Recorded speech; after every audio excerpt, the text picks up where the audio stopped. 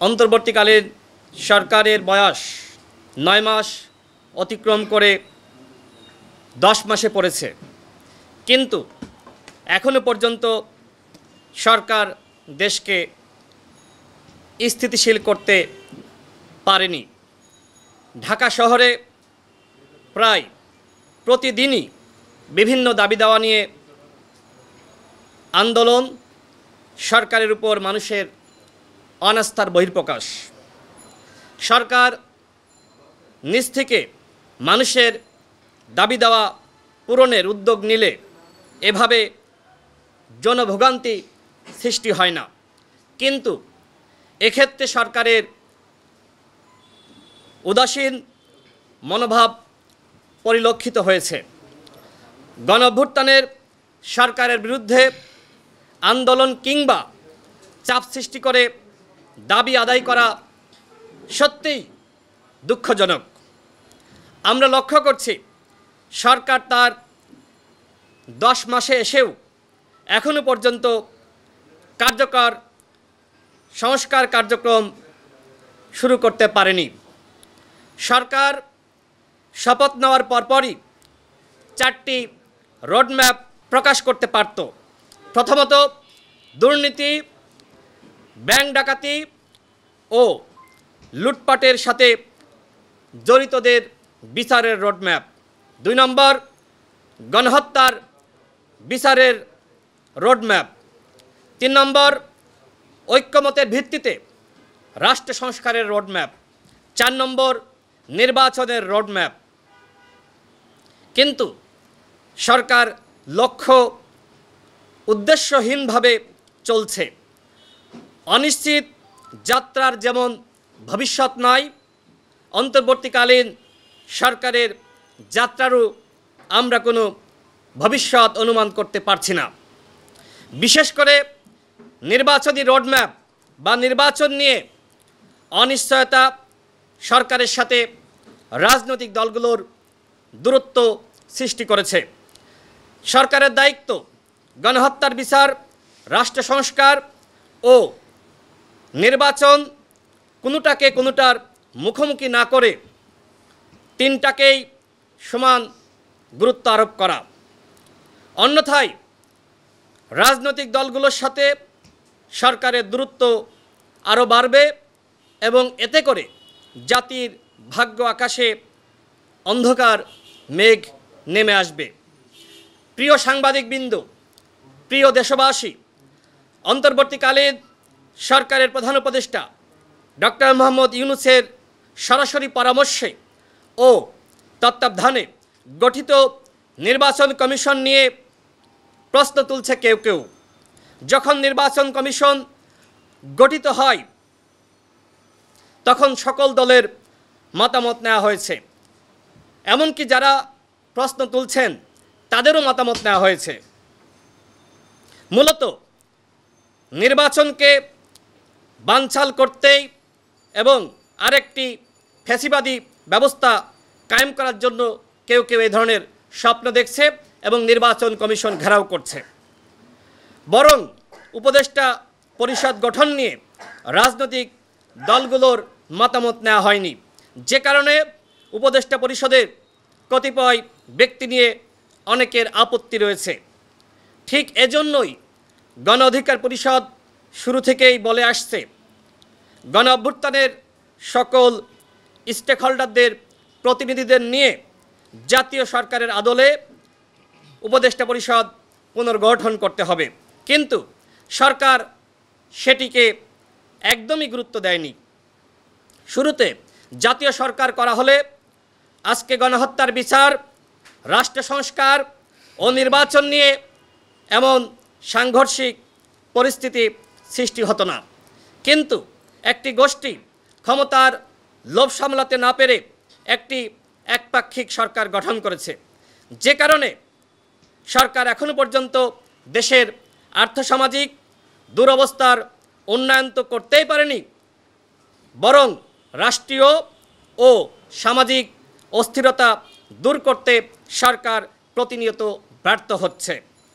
এভাবে চলতে থাকলে অচিরেই এই উপদেষ্টা পরিষদ ভেঙে দিয়ে তত্ত্বাবধায়ক সরকার বা নিরপেক্ষ সরকারের দাবি আরও জোরালো হতে পারে, যা সরকারের জন্য অত্যন্ত অসম্মানজনক। বিশেষ করে সরকার থেকে একজন পদত্যাগ করে রাজনৈতিক দল গঠন করেছেন, কিন্তু তাদের নেক্সাসের আরও দুজন উপদেষ্টা হিসেবে এখনও রয়ে গেছে। তারা এখন ওই দলের এজেন্ডা বাস্তবায়ন করছে, কিন্তু সরকারের থেকে দলের এজেন্ডা বাস্তবায়ন করা শপথ ভঙ্গের শামিল। ইতিমধ্যে তারা নানামুখী বিতর্কেও জড়িয়ে পড়েছে।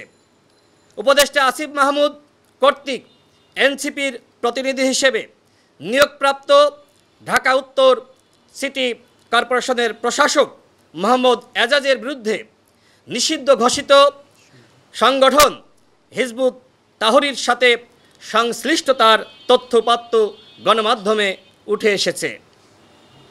একজন নিষিদ্ধ ঘোষিত সংগঠনের নেতাকে নিয়োগ প্রদানের মাধ্যমে উপদেষ্টা আসিফ মাহমুদ তার পদে থাকার নৈতিকতা সম্পূর্ণভাবে হারিয়েছে।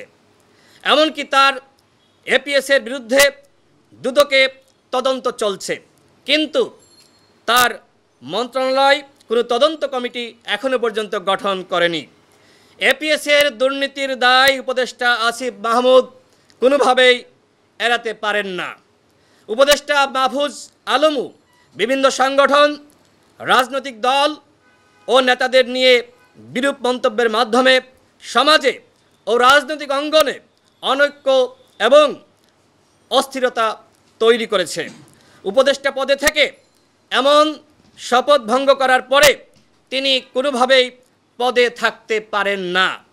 অনতিবিলম্বে এই দুজন ছাত্র উপদেষ্টার পদত্যাগ দাবি করছে গণ অধিকার পরিষদ এবং নিষিদ্ধ সংগঠন হিজবুত তাহরীর নেতা মোহাম্মদ এজাজকে উত্তর সিটি কর্পোরেশন থেকে অপসারণ করে গ্রেপ্তার না করা হলে যমুনা ঘেরাও করা হবে। আমাদের দলের পক্ষ থেকে ইতিমধ্যে 48 ঘন্টার আলটিমেটাম দেওয়া হয়েছিল এবং সেই আলটিমেটাম এখনো পর্যন্ত চলছে। আমাদের স্পষ্ট কথা, যদি এই নিষিদ্ধ সংগঠনের নেতাকে অপসারণ এবং একই সাথে গ্রেপ্তার না করা হয়, তাহলে যমুনা ঘেরাও কর্মসূচি ঘোষণা করা হবে। প্রিয় সাংবাদিকবৃন্দ, রোহিঙ্গা ফেরত পাঠানো নিয়ে সরকারের মিথ্যাচার জনগণকে বিব্রত করেছে। উল্টো 1,18,000 রোহিঙ্গা অনুপ্রবেশের মাধ্যমে দেশের মানুষের মধ্যে এক ধরনের হতাশা সৃষ্টি করা হয়েছে। এছাড়া ভারতীয় সীমান্ত দিয়ে পুশিন বাড়ছে। চলতি মাসে প্রায় 350 জন ভারতীয় সীমান্ত দিয়ে পুশিন করা হয়েছে। এক্ষেত্রে আমরা সরকার এবং বিজিবির ভূমিকা জানতে চাই। মানবিক করিডোর নিয়ে সরকারের নানামুখী বক্তব্য জনগণকে বিভ্রান্তির মধ্যে ফেলেছে। আমাদের স্পষ্ট অবস্থান, কাউকে মানবিক করিডোর দেওয়া যাবে না। চট্টগ্রাম বন্দরকেও সরকার বিদেশিদের হাতে তুলে দেওয়ার চূড়ান্ত সিদ্ধান্ত নিয়েছে, কিন্তু এই সিদ্ধান্ত এদেশের জনগণ মানবে না। দেশের মধ্যে যেসব কোম্পানির যোগ্যতা রয়েছে এবং বিতর্কমুক্ত, তাদের মাধ্যমেই চট্টগ্রাম বন্দর পরিচালনা করতে হবে। বিদেশি বিনিয়োগ নিয়েও সরকারের ধোঁয়াশা সৃষ্টি থেকে বের হয়ে আসতে হবে। এমন অস্থিতিশীল পরিস্থিতিতে কোনো বিদেশি বিনিয়োগ আসা অনিশ্চিত। সুতরাং রাষ্ট্রে আইনশৃঙ্খলা পরিস্থিতির উন্নতি ও স্থিরতার দিকে সরকারকে নজর দিতে হবে। প্রিয় সাংবাদিকবৃন্দ, প্রিয় দেশবাসী, এখনো পর্যন্ত সচিবালয় ও প্রশাসনের কার্যকর সংস্কার হয়নি। আওয়ামী আমলের সুবিধাভোগী সচিব কর্মকর্তা এখনও বহাল তবিয়তে। ছাত্র জনতার বুকে সরাসরি গুলি চালানো পুলিশের সদস্যরা এখনো পর্যন্ত গ্রেপ্তার হয়নি। শেখ পরিবার ও আওয়ামী লীগের সন্ত্রাসীরা এখনো পর্যন্ত ধরাছোঁয়ার বাইরে। আওয়ামী লীগের কয়েকজনকে গ্রেপ্তার করা হলেও শেখ পরিবারের একজনকেও সরকার এখনো পর্যন্ত গ্রেপ্তার করেনি। আমাদের প্রশ্ন, তাহলে কি শেখ পরিবারের সাথে এই সরকার কোনো গোপন চুক্তি করেছে? 2014, 18 ও 24 সালের ডামি এমপিরা এখনো পর্যন্ত কেন গ্রেপ্তার হচ্ছে না? কেন বিতর্কিত নির্বাচন কমিশনের সাথে সংশ্লিষ্ট কমিশনারগণ, সচিব, ডিসিএসপিদের জবাবদিহিতার মুখোমুখি করা হচ্ছে না? কেন তাদের পাসপোর্ট, সম্পদ, ব্যাংক হিসাব জব্দ করা হচ্ছে না? কেন আওয়ামী ফ্যাসিবাদী আর্থিক ব্যবস্থা রাষ্ট্রীয় নিয়ন্ত্রণে নেওয়া হচ্ছে না? জনমনে এমন অসংখ্য প্রশ্ন রয়েছে। এসব প্রশ্নের যথাযথ উত্তর ও সমস্যার সমাধানে কার্যকর পদক্ষেপ গৃহীত না হওয়ায় সরকারের প্রতি ধীরে ধীরে মানুষের অনাস্থা বাড়ছে। পরিশেষে নিত্যপণ্যের দাম লাগামহীনভাবে বাড়ছে। গত রমজানে সব কিছুর দাম সহনশীল রাখা গেলেও কেন রমজানের পরে সেই রমজানের আগের অবস্থায় সব কিছু ফিরে গেল?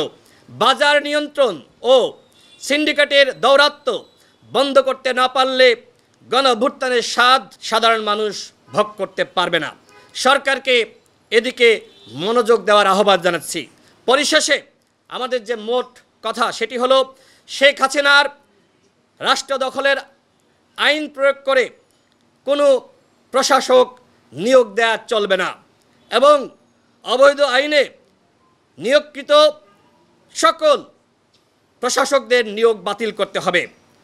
আগামী এক সপ্তাহের মধ্যে জাতীয় নির্বাচন নিয়ে সংলাপের আয়োজন শুরু করতে হবে। আগামী সেপ্টেম্বর মাসের মধ্যে জাতীয় নির্বাচনের তফসিল ঘোষণা করতে হবে।